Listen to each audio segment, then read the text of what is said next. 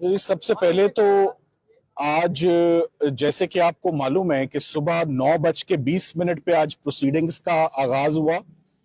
مگر پروسیڈنگز کا اختتام شام کو 4 بجے ہوا ہے۔ تو ابھی ہم 4 بجے آج جیل سے ہم باہر نکل رہے ہیں، اور ایک کے بعد ایک گواہ لگ ایسا رہا تھا جیسے بہت زیادہ پریشر ہے فیڈرل انویسٹیگیٹنگ ایجنسی پر، پروسیکیوٹرز پر، کہ وہ اس کیس کو بہت جلدی جو ہے وہ کنکلوڈ کریں۔ آج جو سب سے حیران کن بات ہے جو میں آپ کو بتانا چاہتا ہوں وہ یہ ہے کہ آج جو سرکار نے اپنا استغاثے میں جو گواہ آج پیش کیے، وہ تینوں کے تینوں گواہ آئے منسٹری آف فارن افیئر سے، موفا سے، اور جبکہ اس کیس کا مدعی جو ہے وہ منسٹری آف انٹیریئر ہے۔ تو آج سب سے پہلے تو یہ بات سامنے آئی کہ یہ جتنے الزامات ہیں سائفر سے ریلیٹڈ،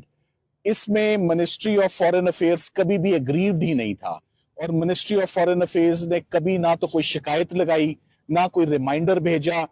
آج تینوں گواہوں کی بڑی ایکسٹینسو کراس ایگزامینیشن ہوئی ہے۔ سکندر ذوالقرنین سلیم صاحب جو میرے رائٹ پر کھڑے ہیں، انہوں نے ایکسٹرا آرڈنری کراس ایگزامینیشن کیا آن آل 3 وٹنسز۔ اب دیکھنا یہ ہے اور لگ یہ رہا ہے کہ سائفر کا ٹرائل انتہائی تیزی سے، انتہائی عجلت میں اور جلد بازی میں، بڑے پریشرز ہیں، بہت زیادہ پریشرز ہیں پروسیکیوٹرز کے اوپر، گواہوں کے اوپر، اور آج ہم نے منسٹری آف فارن افیئرز کے گواہوں کو بھی آزاد نہیں دیکھا۔ ان کے اوپر بہت پریشر ہے، اور وہ بہت زیادہ پریشر کے اندر وہ آج عدالت میں انہوں نے یہ بیان دیا ہے۔ اگر کوئی غلطی ہوتی فورن منسٹر کے بہاف پر یا پرائم منسٹر کے بہاف پر، تو منسٹری آف فارن افیئرز خود اس ایف آئی آر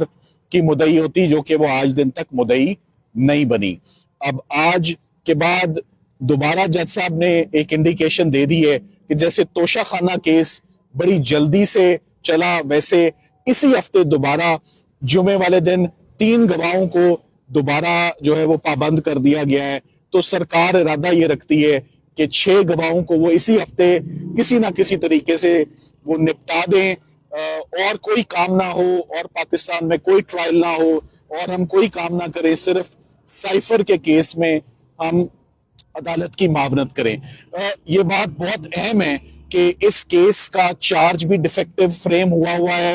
اور اس کیس کی ضمانت بھی جو مسترد ہوئی وہ اس اسپیشل کورٹ نے بھی مسترد کی، اور اسلام آباد ہائی کورٹ نے بھی مسترد کی۔ یہ اب دونوں معاملے سپریم کورٹ آف پاکستان کے پاس فائلڈ ہیں، اور ہم امید کرتے ہیں کہ آئندہ ہفتے میں صرف ٹرائل میں جلد بازی نہیں کی جا رہی، بلکہ جو فیئر ٹرائل کا پروسیجر ہے، لبرٹی کا جو کویسچن ہے، فنڈامنٹل رائٹس کا جو کویسچن ہے، وہ بھی آج ڈیسائیڈ ہو، اور ضمانت کی اپلیکیشن اور جو چارج کا ڈیفیکٹو فریم ہونا ہے وہ جلد از جلد جو ہے وہ فریم وہ سپریم کورٹ اس پہ ڈیسائیڈ کرے۔ آج میں یہ بھی کہنا چاہوں گا کہ یہ سارے الزامات کو بڑے ٹیکنیکل نیچر کے الزامات تھے، اس کو شاہ محمود قریشی صاحب نے بہت اچھے سے آج اپنے وکلا کو بھی گائیڈ کیا، اور ہمیں ان سے بہت ہیلپ ملی in preparing and in conducting the cross examination on the witnesses۔ Imran Khan صاحب نے بھی آج ہم سے 2 دفعہ ہماری ان سے ملاقات ہوئی، اور ملاقات میں آج جو اتنی تاخیر ہوئی ہے باہر آنے میں، اس کی بڑی وجہ یہ ہے کہ ہمیں اپنے کلائنٹس کے ساتھ جو ملاقات ہم کرتے ہیں اس میں نہ کوئی ہمارے پاس کاغذ ہوتا ہے، نہ ہمارے پاس قلم ہوتا ہے، نہ فائل ہوتی ہے، نہ بیان ہوتا ہے، اور ہمیں کمرے میں ویسے ہی بھیج دیا جاتا ہے۔ اس طرح ہم انسٹرکشنز نہیں لے سکتے، ہم اس طرح یہ ٹرائل نہیں کر سکتے۔ یہ ہم نے بار بار جج صاحب کو آج بتایا ہے کہ یہ بڑا ٹیکنیکل نیچر کا کیس ہے، اس میں ہمارے کلائنٹ سے انسٹرکشنز ہمیں ملنا بہت ضروری ہے، جو کہ نہیں مل رہی۔ اب دیکھنا یہ ہے کہ اس وقت میرا خیال ہے حکومت اور جو پولیٹیکل اپوننٹس ہیں they are running out of options۔ تمام کیسز جو ہیں وہ آلریڈی زیرو ہو چکے ہیں، سیڈیشن ہو، میوٹنی ہو، فورن فنڈنگ ہو، جج زیبا کیس ہو، تو فائنلی اب رہ کہ اب یہ ایک سائفر کا ٹرائل پیچھے رہ جاتا ہے، اور اس میں بھی